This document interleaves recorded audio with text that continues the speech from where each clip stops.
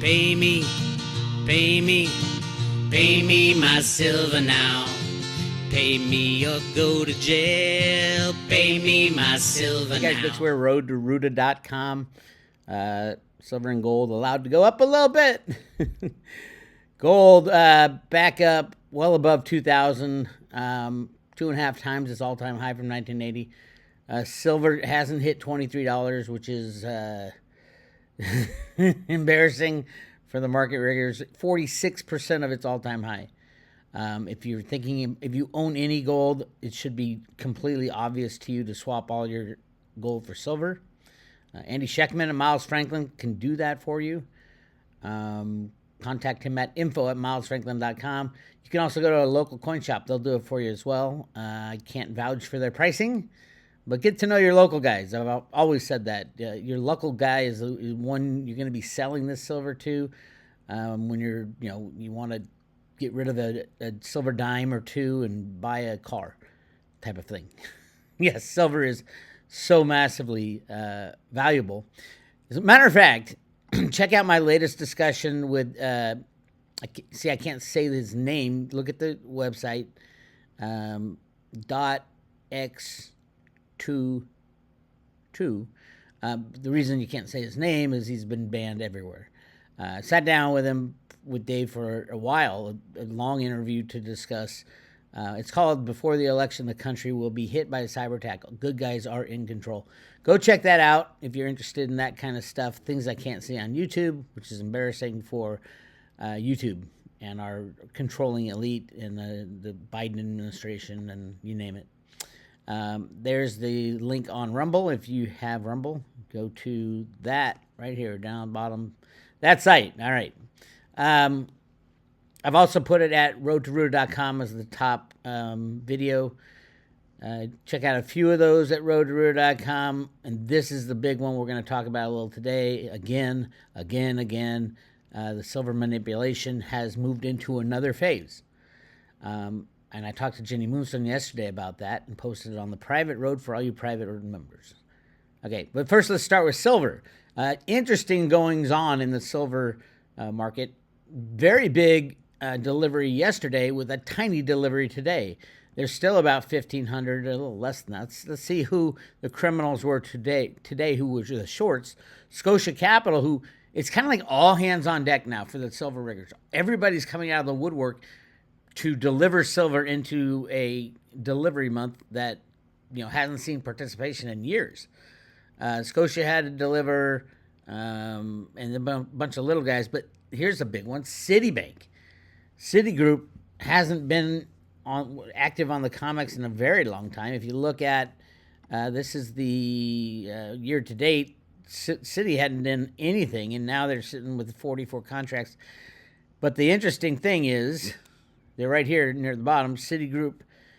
They issued 44 and stood for delivery on 44. So it's kind of like a wash, but why?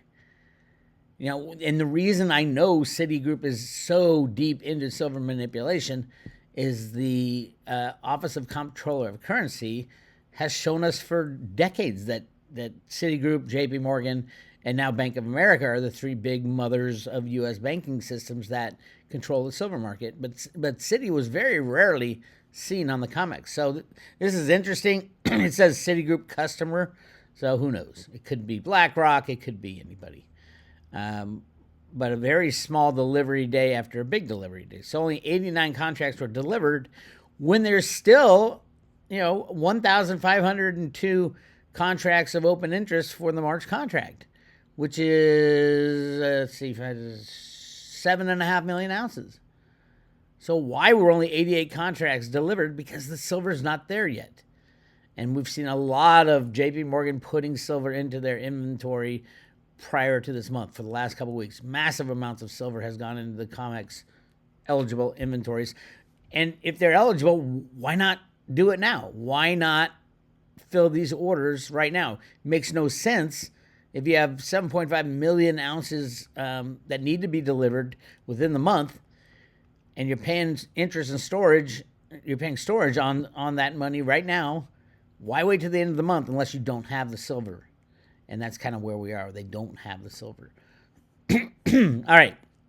So, yeah, it same rig job, different day. I'm going to be keeping an eye on that. If you want to know who the current silver riggers are, just go to the COMEX year-to-date delivery. For this month, the riggers are, and I quote, you go down here, not much happening down there. Of course, JP Morgan, literally, of the almost 3,000 contracts that have been delivered already, as of basically yesterday, JP Morgan took 1,984 contracts. So at 2, that's 10 million ounces. So almost 10 million ounces by JP Morgan, quote, customers, which is embarrassing. And they're taking that physical silver, and I don't know, probably dumping it on the market into London to try to stop the amazing amount of silver that's flowing through it. And then it should be obvious to everybody that Bank of America is paying back JP Morgan the physical silver that they leased. And so you had Bank of America with a massive short, 2 ways to cover a short on the COMEX. For a March short, you could either close out the short with cash, taking a loss or gain or whatever you had by buying along and canceling out the short, or it's not necessarily buying along. Closing out the short could take away from open interest, which is what happened for a lot of this. But Bank of America can also deliver metal back to JP Morgan because they leased the metal from JP Morgan for the last 4 or 5 years. That's part of the silver manipulation. The other criminals involved, HSBC, completely out of nowhere. They were supposed to be out of silver manipulation, but it does appear that they were the shorts, one of the big shorts. Again, JP Morgan or HSBC, quote, customer. Who knows? It could be a shell institute, a shell JP Morgan company. Could be someone like BlackRock, Virtu Financial. There's all kinds of criminals involved in this game. But interesting to see HSBC out delivering silver for the past 4 months. Major amounts of silver, meaning they were short. They were the short for a very long time. But the games go on. Speaking of games, the U.S. Mint, on the last day of reporting for February, added another 850 million ounces. Now, I'm happy they made it. They're supposed to be reporting this every day. They are not, but they produced half of what they should have produced. So stay on the U.S. Mint. They are destroying the leadership of the U.S. Mint, including Janet Yellen, who's the boss of Ventris Gibson, the head of the Mint. They are destroying the silver market by assisting in the market manipulation. When there's very little silver out there, what did they do? They keep their shorts. We're going to probably see a loss at the U.S. Mint in their derivative position, because they don't close out shorts when there's not much metal left, and that's completely against the way that their derivative book has any legitimacy at all. And we've seen this before out of the U.S. Mint. They are not an innocent third party. They are absolutely knee deep in the rigging of the price of silver by not making silver eagles to meet demand as they're required to by law. And it is not up to the U.S. Treasury Secretary. I've argued this point many times, and the people who argue that, Janet Yellen, they changed the law so Janet Yellen could say whatever she wants. That is not true.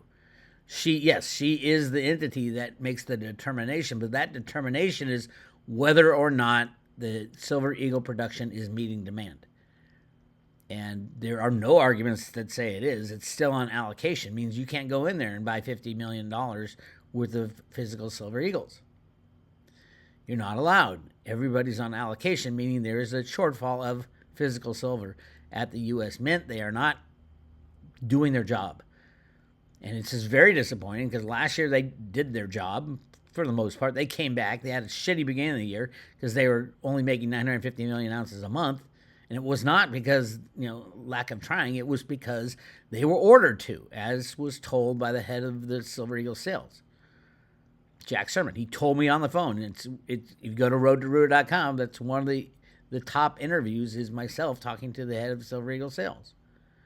And they said, yes, the Biden administration put in Ventris Gibson, who has no experience leading any mint at all, and the first thing they told her is stop selling Silver Eagles. It's just shocking stuff. So go check that out at roadtoruder.com. all kinds of stuff you can find there. I have posted the latest Jenny Moonstone discussion. I'm going to play a little bit of that for you right now because we get into Jenny called the current manipulation, which was the J.P. Morgan leasing over 1 billion ounces to Bank of America and other banks. She called it from the very beginning. She said they're changing the way they're going to rig. They're changing. Well, now they're changing again, but they're from a very weak hand, as she describes to me, and it has to do more with paying off the industry experts, meaning the Silver Institute, paying off or blackmailing, Jeffrey Epstein type of blackmail. And I'm going to play a little of it for you. This is on the private road, part of the discussion. I was asking Jenny what is the new rig job, because the J.P. Morgan Bank of America lease rig job is winding down as the world sucks up all that silver. Now, what's the next one? The next one's flat out bribery and getting people in compromising positions. I think that's what's going on in at Silver Institute. But who knows? Who knows? But here's what her reading was on that. For those of you who aren't on the private road, lots of great information from Jenny using her tarot skills and she doesn't know much about silver. Wands, so listen to what she has to say here. And then there's the Knight of Cups as well. So just a second. So this is about their ability to keep doing what they're doing in an ever-changing cyber environment where they're not actually like the biggest fish in the pond. Let's put it that way. There's all of these changes that have occurred that make it so it's not that they're necessarily losing power. It's that their shield is being dissolved, and that totally affects their ability to perpetuate whatever systems they've been using this whole time. So their strategy, what I'm going to say, because here's the thing, like their strategy is to make alliances and to soften whether they're companies or certain private entities, what have you. They're attempting to tell people to sort of get them in on it. That's what this looks like to me, is like recruiting. This looks like recruiting somebody, various energies with a sort of 3 of Cups is like, do you want in on this, bro? Let's cheers to it type of vibe. This wasn't what I was expecting, but I don't have any expectations. I just let the cards do their thing. But this does look like they're trying to soften other entities up to make them in some way support their claim or support their ability to keep it up. Or like, it's okay, almost like, or it's like, I know you see us doing this, but if we sort of give you something, will you not turn on us? Will you not say something about it? And it's very, very sneaky, okay? Like 3 of Cups, Knight of Cups is a very like indulgent kind of energy. But something I would have everybody understand is like, do you know how easy it is to corrupt someone? Or even an iron-willed person can be corrupted like that at the wrong place at the wrong time. So, these groups are no different. So there's a lot of manipulation. There's a lot of, honestly, this looks like a lot of like partying. I don't know how else to say. It's a lot of like Epstein-esque partying and rubbing elbows and stuff like that. And this is their means of keeping it going. This could even be more blackmail. Do you know what I mean? Like this could even be, how do you soften someone up? How do you get somebody on your side? You grab them by the balls and you make something happen that they can't come back from. Do you know what I'm saying? What do you think of this? What do you think? It's clearly not business as usual. They know they have to change at least the perception. And what resides in me when I hear that is this other fight I've been fighting in the silver world, which is how much silver is used in solar panels. And that's what, from listening to you, exactly what you said is, so we got this entity called the Silver Institute that reports how much silver is used every year for certain industries. And they've been lying for a hell of a long time. We've caught them in the lie, many of us have. And now it's like, hey, we'll give you a little if you stop looking under our covers type of thing. If you stop what you're doing, yes, we'll report better numbers. We'll make a compromise. As a matter of fact, they told me when I talked to the CEO of Metals Focus, which gives them the numbers, he talked about, hey, what is it? We can come to a compromise. He said that to me. And I'm like, wait, you're the ones reporting the numbers. There should be no compromise. This is a fact that you guys are presenting as a fact. It's the math. And there shouldn't be any compromise. 2 + 2 always equals 4. And no, it doesn't equal 3.7, or it doesn't equal anything less than 4. And yet you guys are like reaching out, trying to get people to believe your numbers. We go on and on and on. And yeah, from that reading, it does seem like, but I also would apply that to here it comes, the solar industry. I think the powers that be that are controlling the price of silver are now going to the solar industry and saying, oh my God, your numbers are so off the charts. We need you to lie. We need you to fake how much silver is in each panel.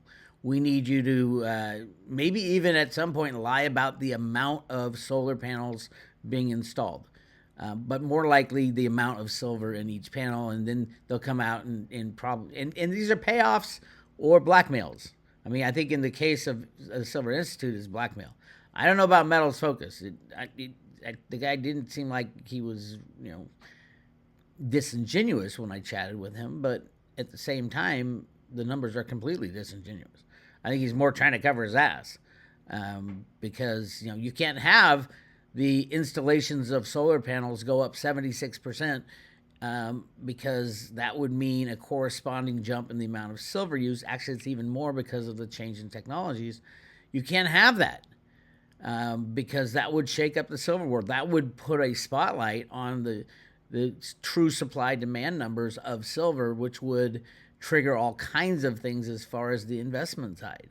That's the key. They can't have the price of silver go over $30 or the investment world opens their eyes and then people actually try to buy physical silver and ETFs and all that stuff. So yes, they are absolutely, I think they're paying off. It's pretty obvious that the Silver Institute is on some kind of either payoff or, as Jenny was saying, blackmail. Who knows? Or a little of both. But clearly they are not reporting the truth. And the solar industry has been up to date reporting the truth about installations. Now, they've been lying, though. At the same time, they're lying about how much silver is in each solar panel. To a shocking degree, lying. No, there is not silver thrifting going on, meaning using less silver, because there's no need. Why would you have a solar panel that loses efficiency if the price of silver doesn't go up no matter how much you use? And that's kind of where that stalemate is. But yeah, so everybody at the Silver Institute, Metals Focus is compromised, I believe, and that's what Jenny is pointing out here. But I also think that compromise is moving into the solar industry, because what are they going to do next year? I mean, they haven't posted. The Silver Institute has not posted the breakdown of what happened in 2023. But Jeffrey Christian just yesterday just screamed, "Hey, there was massive amounts of extra solar panels made." He's trying to say that to set up 2024 being a tiny silver solar year. But in what he's doing in reality is saying, oh my God, 2023 was not only a massive amount from the regular installed solar panels, but also these inventories. He even says massive amounts of silver were consumed in 2023 into the solar industry. And that's Jeffrey Christian saying that, the mouthpiece of the banking cabal. So it'll be interesting and all eyes are on the Silver Institute, because that's the only entity that gets quoted in all the financial. When anybody talks about silver, they say, oh, well, the Silver Institute says XYZ is the number for solar. So that's a very important linchpin. I do think they have either paid off the Silver Institute or they have some other blackmail that they're using on them. And them meaning there's only 2 people at the Silver Institute, by the way, in case you didn't know that. Yeah, there's only 2 entities, and the rest is done out of this lobbying company that has many other agendas. So remember, 99% of the world does not want the price of silver to rise. I'd say 99.99% of the world. Only silver investors really want the price of silver to rise. And some silver mining companies, not all silver mining companies. The larger ones know that, oh my God, if the price of silver went to $10,000 an ounce, it would cause chaos. People would have to pay, $20,000 for a flat screen TV type of thing. And people don't want to do that. So we're very much alone in this battle. If you're a silver stacker, we're alone in the battle for freely traded silver prices. I don't know the price of silver. I know the gold silver ratio is way undervalued at 90 to 1. It will go probably 1 to 1. Silver's much more scarce than gold, number one, and also it's much more valuable as an industrial metal than gold is. New reports say that gold is able to defend against laser weapons in space. I saw that. This could be a 22 ton or 22 million ounce. Was it 22 million or 22? It wasn't a lot of gold that would be needed to shield all these satellites in space, but I don't think that it's viable. I don't know why that article came out. There's a lot of things that says it wouldn't be viable, it wouldn't be smart, so they can't shoot something with a laser. All you need is a pinprick in the gold encased satellites to pop it, and then all of a sudden you have this crazy the mouse trap with all the ping pong balls going off, and once one goes off, they all go off. That's what I think is going to happen to the Elon Musk venture of Starlink, because they're all low Earth orbit. I think the goal is 44,000 satellites up there streaming the internet down, and all it takes is one or a couple to explode at that current area, whether it's shot down or they crash into each other from a malfunction. I don't know, but that would create a debris field that would take out the rest. The ping pong balls and the mouse traps. Remember that. All right.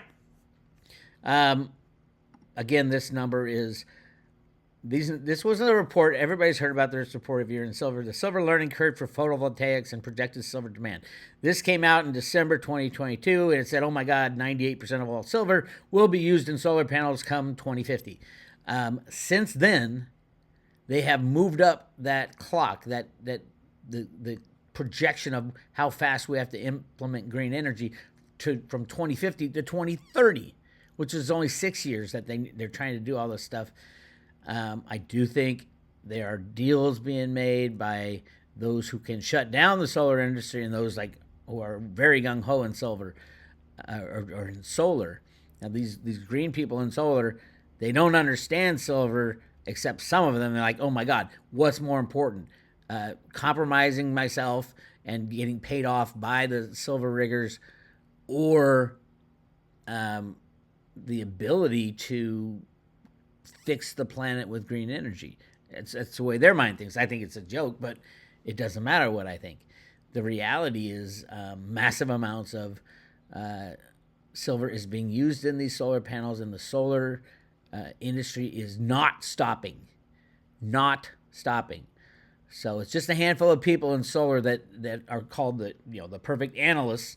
That would be probably Bloomberg leads the path. Bloomberg NEF with Ginny Chase at the helm, and there are others that are keenly focused on this. Every country around the planet is preparing and doing and installing massive amounts of solar panels because it's so cheap. And none of them want the price of silver to go up. So again, 99.999% of the population of planet Earth will not fare well if the price of silver goes to where it should be, $1,000, $2,000 an ounce. So that's where we are. As far as cryptos, yes, Bitcoin's up at 61,000. It's funny because the people who are still shell-shocked from having the last run up and the crash and then the waiting all this time are still kind of, they're like, oh, I gotta sell. I didn't sell last time, so I'm going to sell this time. And they're going to be fooled, just like Snippy was fooled with Theta. He doubled his money from $1 to $2, and then it went to 15. And then it goes back down to 50 cents. So was that a good trade or a bad trade? Well, you missed out on all the gains. And then you could have sold at the top. Figuring out what the top is and what the bottom is a fool's game, truthfully, because the only people who win in cryptos are the hodlers, those who hold on through the rises and the crashes. So we're having a rise now.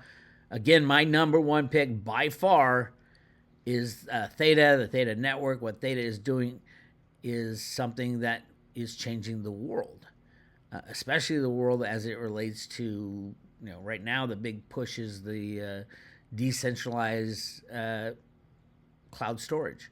Yes, the same kind of cloud storage that Google uses and Amazon cloud storage uses and all the big names. This is a decentralized way to do it bigger, better, and faster. Borrow everybody else's extra space they have on their hard drive, shard the information so that not one hard drive can put it together without the keys and the crypto keys to unlock it. And then so much more is going on at Theta. And don't forget, Theta edge nodes are downloads. So right now, they just surpassed 10,000 edge nodes, which is, they claim, oh my God, this is a great thing, which I agree. It's a great thing. But, all it would take is a download from Sony or Samsung to have millions of edge nodes tomorrow morning. So, yeah, there are things that are going to happen in Theta that will shock the world. And a lot of people asking how do you get Theta. We do have a page on the private road at Road to Ruta. If you go to the private road, you go down a little bit, and it's right. There's the Jenny Moonstone page, Freedom Roadshow replays. That was our touring, uncensored stuff I can't put on YouTube. And then right here is the Theta page. Teaches you how to buy, store, and stake Theta. If you aren't a private road member, you can go to affiliates. Affiliates right here. If you need help getting some Theta, you can buy it from Caleb and Brown, which is, I think, the biggest crypto broker out there. So click on that, and it'll show you how to get in touch with Caleb and Brown and how to get our discount, the Road to Ruta discount. So go check that out.